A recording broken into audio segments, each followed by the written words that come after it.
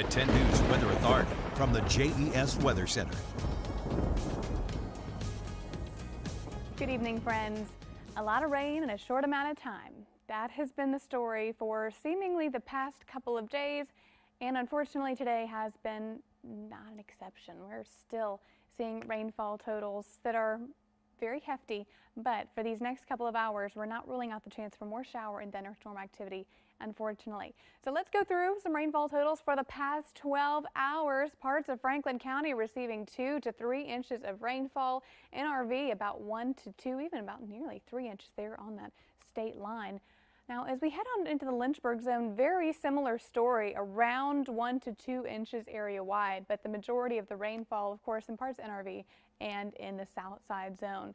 We are still dealing with a few of these showers and storms moving throughout the area. You will notice the New River Valley experiencing some isolated rainfall activity, and we are still having a couple of these flash flood warnings that are in effect. You'll notice these green boxes right here expiring about 8:45 and 9 o'clock respectively this evening, and that's still the story as we head into portions of the Lynchburg zone and just outside of our viewing area as well. Central Virginia also dealing with these showers and storms that are very active at this time.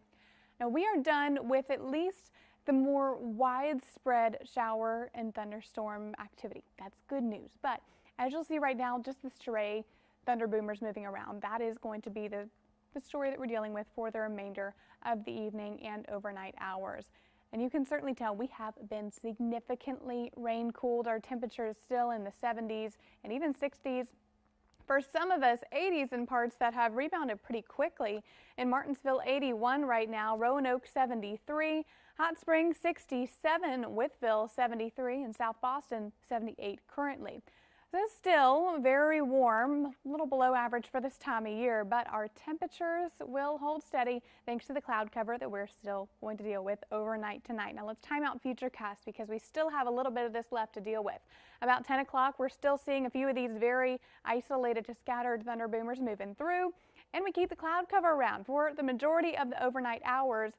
And we rinse and repeat, same story on Monday. So by 11 a.m. on Monday, we are seeing these isolated showers moving into the New River Valley. And of course, they overspread the remainder of our viewing area by 4 or 5 o'clock. And the coverage becomes a little bit more widespread. Now, we're not expecting severe weather tomorrow.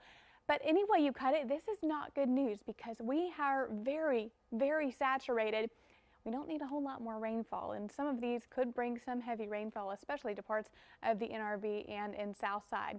This continues until about 11 o'clock on Monday night. Then we wrap up the precip.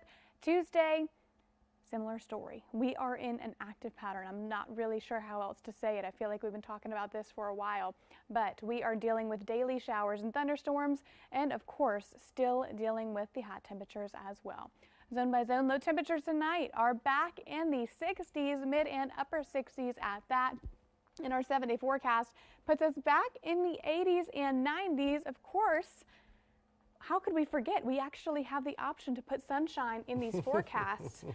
It's been a while. Friday, Saturday, and Sunday, we are going to see sun and no rain.